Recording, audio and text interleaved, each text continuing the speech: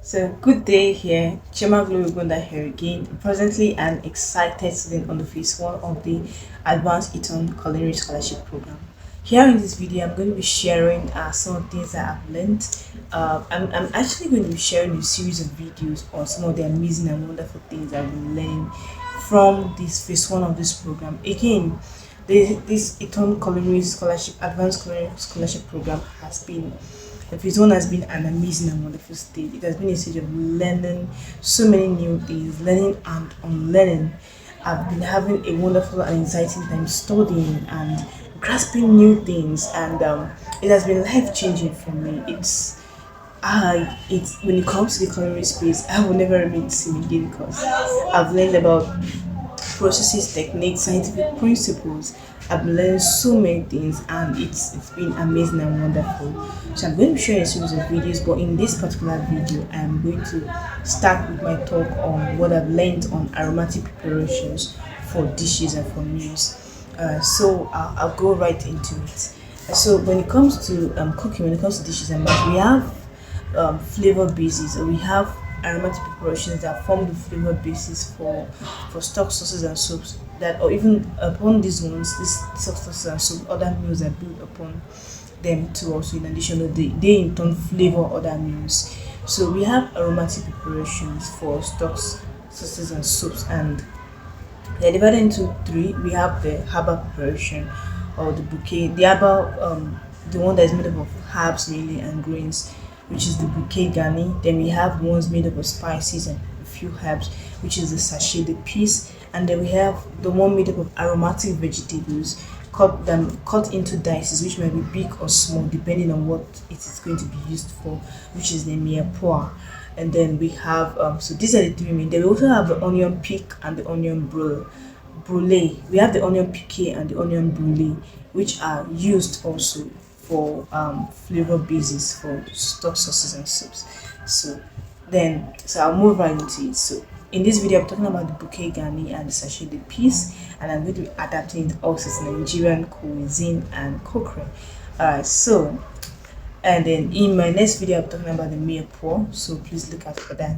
Alright, so the bouquet garni. The bouquet garni is made up mainly of herbs and grains that are aromatic. So they are tied in a bundle, and then they are tied around the middle. The bundle will be tied around the middle with a string, such that it is the string. It's when the bouquet garni bundle is put into the pot to add the flavor, and while cooking at the appropriate time, it's going to be put into the pot at the appropriate time, and then the string is tied to the pot hand such that it can be easily removed at the appropriate time also during cooking. So the herbs or spices are tied securely in a bundle. You could also use a lily leaf, which is part of the ingredients, to tie the other herbs, and then it's tied around the middle with a string, and then it's put into the emulsion mixture that's being cooked. So to in order for its flavor to be extracted. The sachet de piece is also similar to the sachet de piece is made up of herbs and spices, mostly dry spices that are tied in a cheesecloth or a muslin cloth this time around. And then the chief and muslin cloth is tied in a pouch-like style, like a money bag, like a pouch, and then tied with a string also. And the same, similar to the first one, the string is tied to the pot handle such that it can be easily put and removed during cooking, put at the appropriate time, and also removed easily at the appropriate time. The string is tied to the pot handle so it can be easily removed. But the sachet de piece infuses flavor into whatever is being cooked, much as a tea bag infuses flavor into a cup of hot water to give the product tea. So that is what sachet de piece does. Okay, so they are similar, but we'll see how that the bouquet garni is distinctly herbs and grains, while the sachet de piece can be dried spices with a few herbs. Alright, so we have standard formulas that we've come to know in French cuisine or cuisines of the world. We have standard formulas for the sachet de piece and the bouquet garni. Alright, so the standard formula for the bouquet garni, we can have for the formulation that we're giving, It's to flavor 1 gallon of water or 3.84 gallon of water or liquid as the case may be. Alright, so for 1 gallon of water or 3.84 liquid liters of water or liquid, we'll have the following. For the bouquet garni, we have 3 or 4 parsley stems, one springtime fresh. We have 1, 2 to 3 leeks or one celery cut in half lengthwise, and then we have one bay leaf. And then for optionals, we'll have one carrot cut in half lengthwise or one parsley cut in half lengthwise. And then for the sachet the piece, the standard formula is 3 or 4 parsley stems, one springtime or 2 grams or 1 teaspoon dried thyme. Then we have one garlic clove, and then we have one bay leaf. And then for optionals, you can have crushed ginger or other mixtures like that. For options we can have crushed ginger.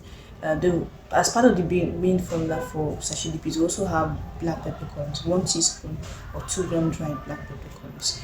So these will be put the for the bouquet garni, the herbs or grains will be tied in they can be tied securely in one of the leek leaves and then tied across the middle with a string.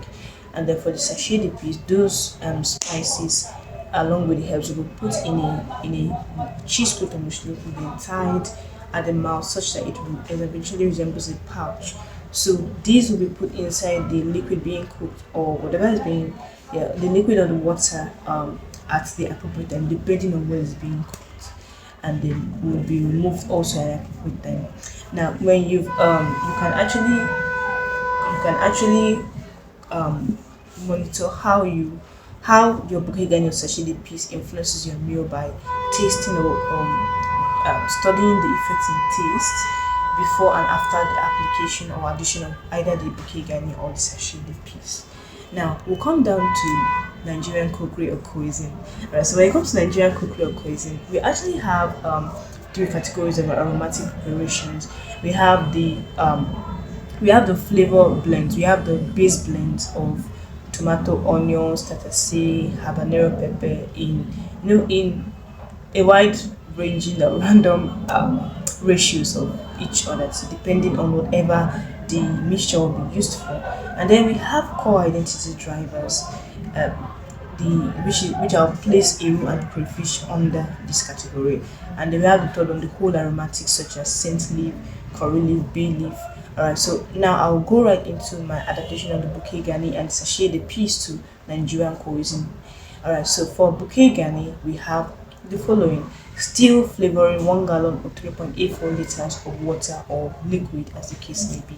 So for the bouquet garni, we have the following: we have 2 to 3 handful of curry leaves. We have for we have scent leaf, 2 scent leaves, and then we have bay leaf, 1 bay leaf. Then we have thyme. We have 2 gram or 1 teaspoon dried thyme, and then we have, I've mentioned curry leaves. Then we have spring onions, 2 to 3 spring onions, and then for optionals we have lemongrass and uziza leaves. Now the lemongrass is good for fish and poultry, and then the uziza leaves is good for it's very powerful. So it's depending, maybe you might use it for soups or others. So this is the formula I have for bouquet garni for Nigerian cookery or cuisine. We have curry leaves, 2 to 3 curry leaves, 1 bay leaf, scent leaf, 1 scent leaf, or 2 scent leaves. And we have thyme, 1 gram, 1 teaspoon or 2 gram dried thyme, and then we have spring onions, 2 to 3 stalks. And then for options, we have lemongrass and uziza leaves also. And then for this bouquet garni can be used for flavoring light soups, pepper soup, fish broth, or broths on which the heavier Nigerian sauce will be built upon. They have a fresh green, earthy aroma or flavor profile. And so I'll move on to the sachet piece. Now for the sachet piece, we have the following: we have ehuru, uda, cloves, we have bay leaf, we have dried red pepper flakes, and we have yes, ehuru uda. Then for optionals, we would have onions, garlic, ginger, alligator pepper. Now I'll give the formulation. For the Nigerian sachet piece, a whole, we have 1 to 2 seeds cracked open, and then for Oziza seeds we have 1 to 2 seeds. For Uda we have 1 stick or 1 pod cracked open. For what bay leaf we have 1 bay leaf. For black peppercorns we have 2 gram or 1 teaspoon black peppercorns, and then for the red pepper flakes we have 1 teaspoon or 2 gram red pepper flakes. And then for optionals or variations would have alligator pepper, yes, 1 to 1 gram, 1 teaspoon or 2 gram. We have onion flakes, crushed ginger, crushed garlic, or 1 teaspoon or 2 grams. So this will be put into a muslin or cheesecloth and tied around the mouth to form a pouch-like bag, again a string, so that you can easily put inside a mixture of water or liquid being cooked to infuse its flavor into the liquid. So the bouquet garni, okay, the sachet piece is used for flavoring meat stock or poultry stock, or goat meat, goat broth, goat meat stock. And the flavor profile is stronger than the bouquet garni. It's spicy, it gives a spicy, smoky, deep, distinctly Nigerian flavor profile, and so it's more powerful for soups. The bouquet garni, for the bouquet garni, how will I tie or secure it? I will tie those herbs and grains securely in a banana leaf and then tie it across the middle and then use it in preparations. Now, I'll go back to my classification of Nigerian flavors of flavor, Nigerian aromatic preparations. I mentioned that they were divided into three. I mentioned the base blend of tomato, onions, tatase, rodo together in varying ratios and proportions. And I mentioned the core identity drivers of Aero, like Aero and crayfish. These ones stay. And then I mentioned the last one, which is the whole aromatics such as scent leaf, bay leaf, curry leaves, which are put into mixtures. Some of them are sometimes removed, some are not. No, now for a sachet, normally a sachet can be used loosely also, which means that its content, instead of being put in a cheese bag or muslin cloth, can be put in can put loosely into the water being cooked or liquid, and then this is mostly used. This method is mostly used when the mixture will be strained out later, such that all of these ingredients are actually strained out along with the straining method, along with the other components that will be strained out. All right. So now you might want to ask, or an important question to ask here is that why did I not include crayfish or eru in any of these variations? Why did I not include crayfish or eru in either the bouquet garni or the sachet piece? And the reason is this. First of all, it's two main reasons. So I'll start with the first and the least important reason, and I'll start with the last and the most important reason. Now, the first reason is that neither crayfish nor eru are classified under herbs and spices normally. Crayfish is actually no, we Nigerians call it crayfish, but it's actually not crayfish, because crayfish is actually a seafood that has a lot of fish that can be eaten much like another protein, but it's actually a one of the species under the shrimp or lobster family, a very very tiny species, which is now being used widely for flavoring in Nigerian cuisine or okra. Now, like you see, it comes from the seafood crustacean family, so it is neither herbs or spices. And then Ero is locust bean, fermented locust bean that Nigerians all know and love. And it's actually be classified under condiments because it's a preparation used to flavor. Now, the second reason why I did not add any of these under either the bouquet garni or the sachet the piece formulation is because both crayfish and Ero are strong, very strong, and they are, when it comes to Nigerian cuisine, we add them to the meals. We don't plan to take them out later, or they're not meant to be flavor. They're meant to be added to flavor and then eventually become part of the meal. So we may add crayfish, yes, and then either crayfish or Ero are added to it's meant to be noticed. It's meant to be very very noticeable that they are there. It's meant to part of the core identity definer of whatever dish that they are added to. For example, yes, crayfish is used in a lot in our soups. Iro are used a lot in our soups too. They are added and meant to be there. You might have, for example, a crayfish flavored rice dish. Now the crayfish there is not meant to be subtle, but it's meant to be well noted in that dish because it's crayfish is added. Normally in our rice dishes or recipes, we don't have crayfish added really as preparation, but when it's added, it's meant to be strongly noted.